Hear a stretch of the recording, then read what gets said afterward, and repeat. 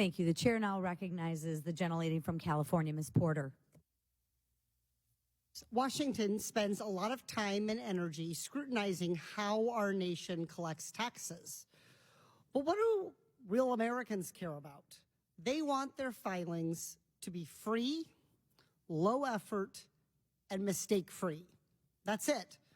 They want their filings to be free, low effort, and mistake-free. And they want a good experience doing it. So let's cut through the Washington noise and help people decide what tax filing method can get them there. Commissioner Werfel, let's say someone wants to file their taxes the old-fashioned way, by hand. I used to think that was fun when I had more free time. Would that be a free way to file? It would be. That would be free. Yeah. I cannot get this marker off. All right. Yes, so that would be free. All right. How about low effort? No. No, it's a lot of work. Yes. You got to read a bunch of documents. You got to try to Fine print cross-reference things. Yep. Exactly. Do filers who use this method make minimum mistakes? No, more mistakes. More mistakes. Yes. I've made a mistake and had one of your correction notices. 1 out of 3, not too good. So let's look at tax preparation software. This is a multi-billion-dollar industry, as my colleague Mr. Raskin mentioned. Would that be a free way to file? Generally, no. Generally, no. They sell you a lot of things along the way, audit defense, and these different programs, and the extra help that you can get. So And that the usually software costs money. itself costs money. Yeah, it all costs money. Does that method involve low effort? Depends, but it can. Yeah, I think usually easier. Easier. All right, so let's put a box there.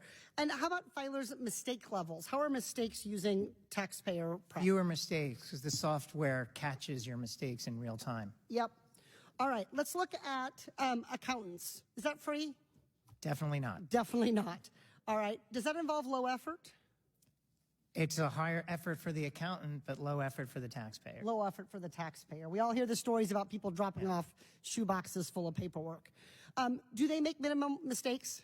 They do, although I'd love to talk to you about holding them more accountable for some of the things they do, but they do make fewer mistakes. I would like to talk to you about that too, and I noticed that in your testimony, so I'll be following up. All right, but generally fewer mistakes. All right, and let's look at IRS Direct File. This is a new option that you're rolling out in 2024, a pilot program, correct? Correct. Will this be free? Yes. Yes.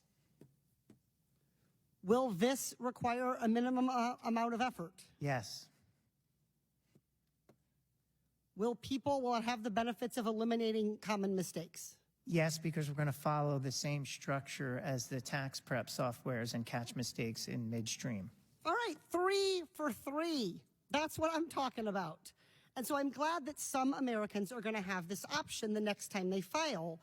But Commissioner Werfel, why is this just now becoming an option for taxpayers? Well, it's, there's a long story here where we have tried a variety of different ways to get free electronic filing for eligible citizens. We have something called the Free File Alliance. It has had mixed results over the years where some of the software providers have offered free solutions. But Congress, in its wisdom, in the Inflation Reduction Act, said to the IRS, you need to study a direct solution. And, frankly, I think it aligns with our mission to offer taxpayers more options.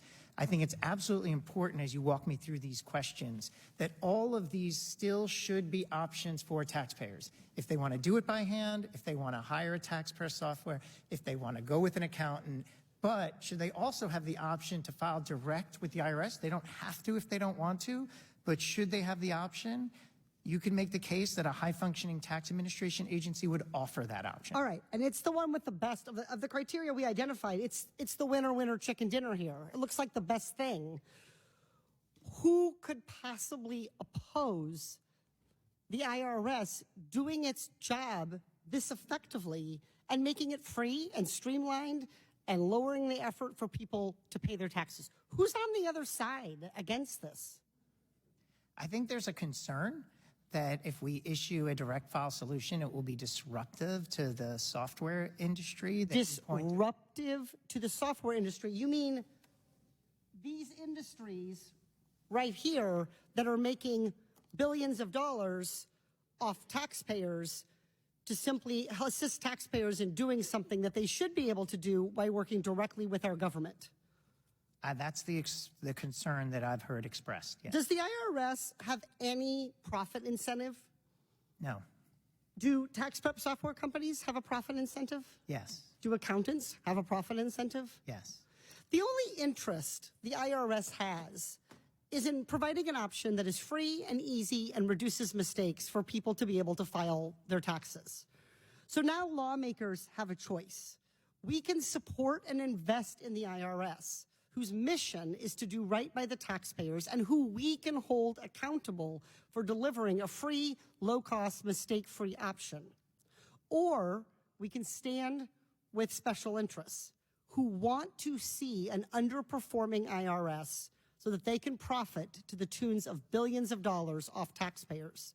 I know where I stand, and I yield back. Thank you. The chair now recognizes the gentleman from Minnesota, Mr. Grothman. I was just explaining to people the other day how people from other states can't tell the difference between Minnesota and Wisconsin. We're just alike. You get outside. My apologies. That's okay. It's a nationwide problem. Okay. I was just thinking, in China, they invest in power plants and education degrees. In America here, we invest in IRS auditors. Grim sign for the future. Just a general question. Say between 2010 and 2023, about what percentage of returns were paper and what percent were computer filed? I mean, I take every year that the gap shrinks, or the gap.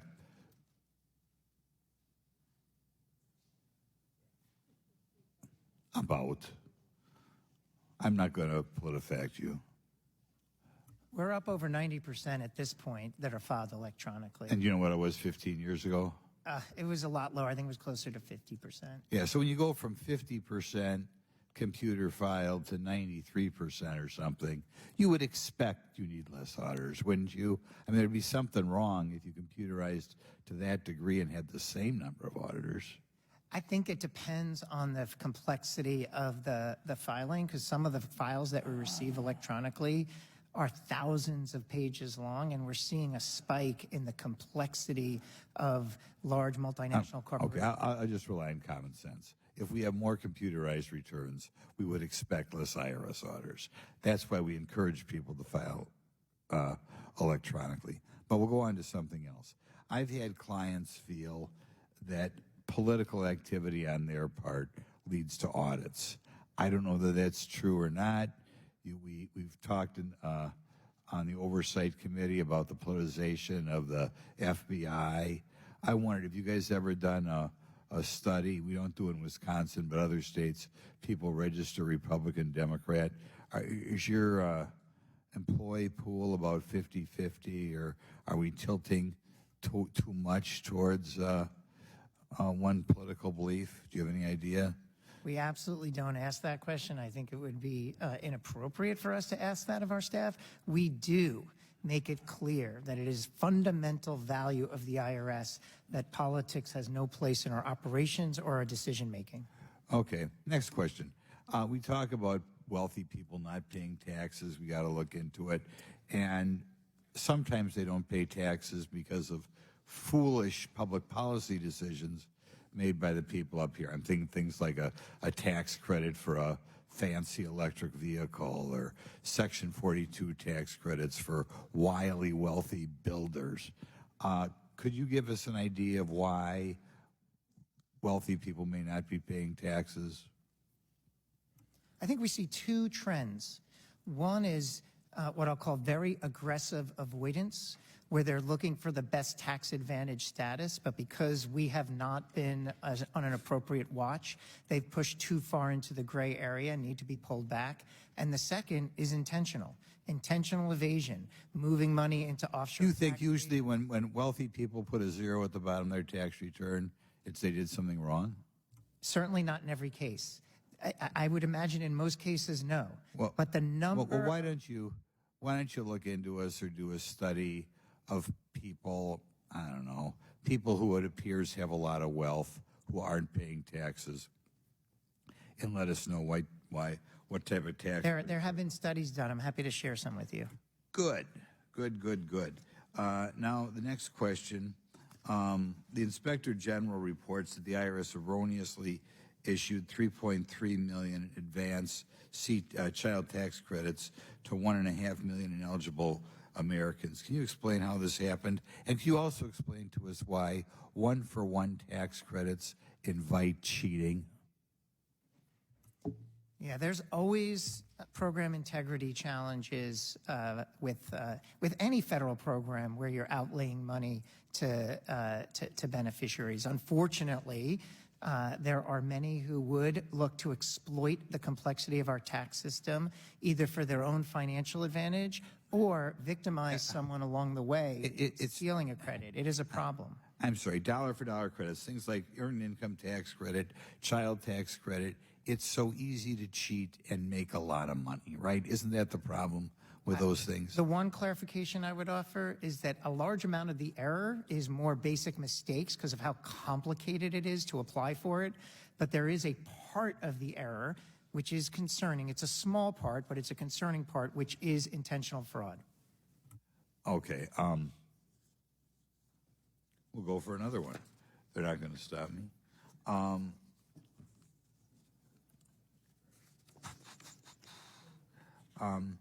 Did the IRS see more child tax credit claims filed after the American Rescue Plan made an increase in the child tax credit? Did the number of claims go up? I'm not sure. I'd have to get back to you on that. Okay, be illuminating if they are. The IRS reported as of July 31st. Well, why don't I'll turn it back over to my substitute chairman here. The distinguished gentleman from Wisconsin yields back his time. The gentleman from Florida, Mr. Pross, recognized for 5 minutes. Thank you, Mr. Chair, and thank you to our witnesses for being here. Republicans have spent more than a decade working to kneecap the IRS through funding cut after funding cut. At the same time, Congress has tasked the agency with enforcing one of the most complex tax codes in the world on a growing population with increasing wealth inequality. The IRS has struggled for years to provide the level of service taxpayers deserve, whether that was processing people's tax refunds in a timely manner, performing audits against high-risk individuals, or enforcing tax law against fraudsters and those who made false business statements in order to get loans. The agency struggles with customer service in several ways, but two that I'm especially concerned about are the old IT systems that can't digitize IRS forms, and then the IT modernization blunders. Ms. Lucas-Judy, earlier this year, the Government Accountability Office, GAO, found that the IRS still uses massively outdated IT systems. How do these systems impact the taxpayers?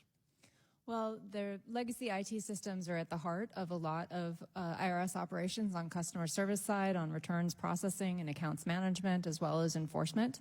And so it's very important, and that also has an effect on accuracy and on speed of processing. So it's very important that IRS be able to implement its plans and prioritize the different modernization initiatives that it has in place, and that it be clear about the goals and the timelines and progress.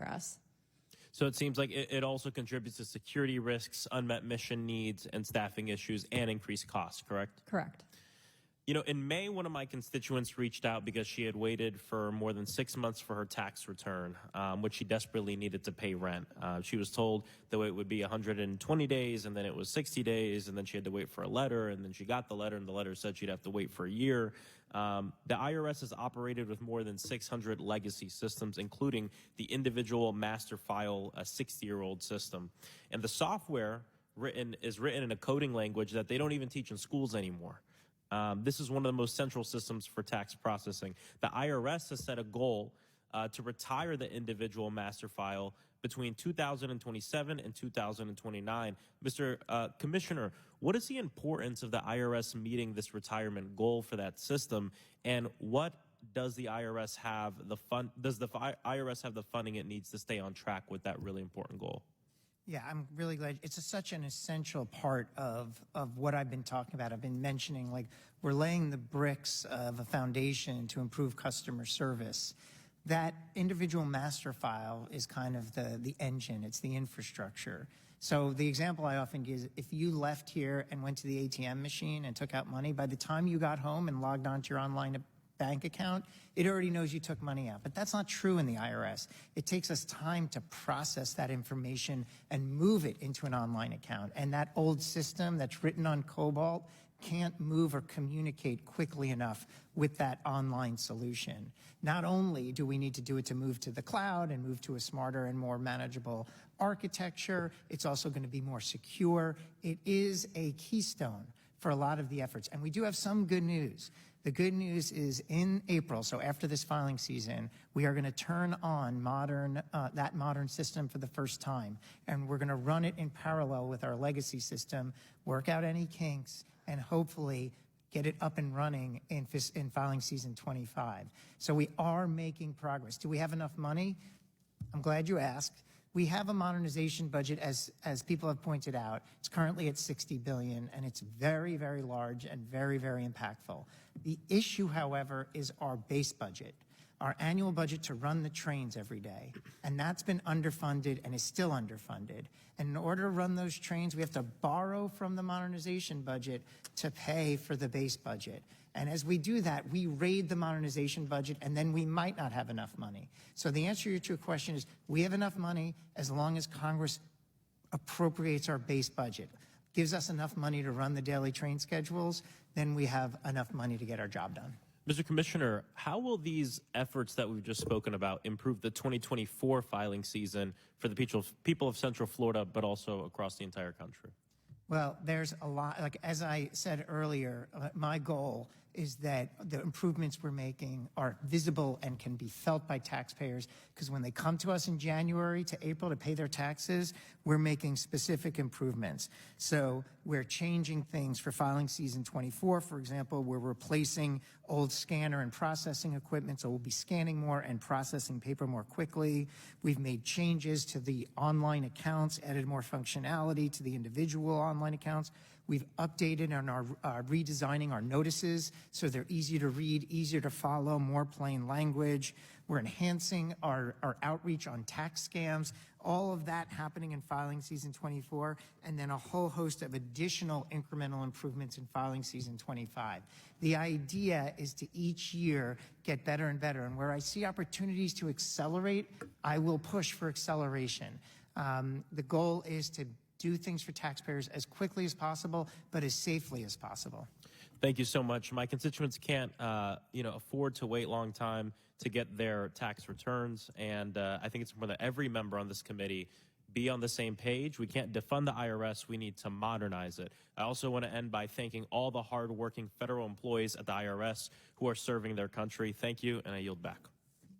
Gentleman yields back his time. Thank you very much. Next gentleman from South Carolina, Mr. Frye, is recognized for 5 minutes. Thank you, Mr. Chairman. Part of the IRS's duty is to ensure that taxpayers are treated fairly, are informed, receive quality there and are ensured the protection of their privacy and confidentiality. I understand this is an important role for any agency to play. However, there are serious instances in which preventative measures failed against cyber attacks, or tax information was mishandled, resulting in needless and very expensive damages to the American taxpayers. Since 2010, the GAO has made over 450 recommendations aimed at strengthening the safeguards for taxpayer information and access to tax processing systems. Director, I want to start by asking you, how many open GAO recommendations are there with the IRS currently? Well, as I mentioned in my statement, they've implemented about 85% of the recommendations. There are others that are still open, and some of the ones that are key include 40 recommendations from our financial statement audit related to information system security. In related to some of those 40, what are most of them about? It's a range of different topics. Some of them have to do with identifying threats and being sure that it has systems in place for that. understanding and managing the risks to systems and the supply chain capabilities. There's some around protecting information as well as detecting breaches. How many recommendations have been given to the IRS since the appointment of Commissioner Werfel? That I would have to get back to you on. Okay. In July of this year, the GAO sent a letter to Commissioner Werfel that encouraged Congress to hold hearings focused on the IRS's progress and withhold funds when appropriate or provide incentives. Director, are you concerned with the IRS's ability to keep pace with the GAO recommendations? Certainly, it's an ongoing conversation between GAO and IRS. We do have a rigorous follow-up process, and we've seen progress, particularly on those recommendations that we've identified as being related to the enforcement of tax laws, that high-risk area, and those that our agency has designated as priorities. But there are others that are still remaining open, including things about making sure that it has that it's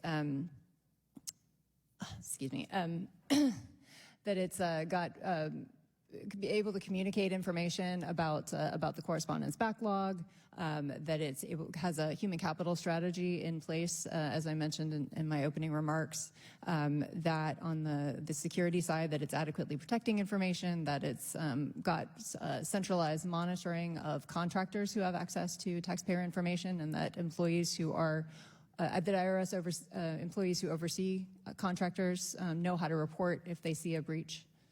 Thank you. Commissioner, your website states that the IRS stops, quote, most fraudulent tax returns, but if fraud is suspected, the IRS will contact you via email with instructions. How long does it take for the IRS to identify fraud after a Form 14039 is submitted?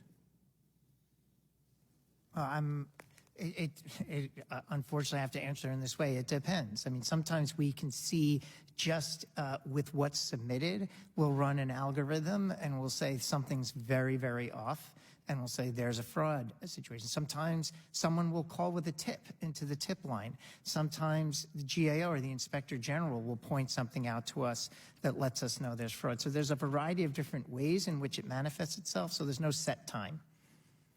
Are you able to say whether that rate has increased under your watch or not? It's too early to tell. I'm 7 months in. What I'm trying to do right now is make sure that we're spending our money smartly on investments to improve fraud detection. Great. Commissioner, take it into a different tack here. Has the IRS entered into any MOUs or any other agreement with the Treasury Department or the CFPB for the purpose of sharing consumer-level transaction data? Not that I'm aware of. I'd have to get back to you on that. When do you think so you're not aware of any MOUs or other agreements? Not at my fingertips. I'm not aware of that. When do you think that you could get back to us on that? By tomorrow, I'll let you know. So by tomorrow, if there are any MOUs or other agreements, could you provide copies of those by tomorrow? As long as I'm authorized to do so, yes. Great. Mr. Chairman, with that, I yield back.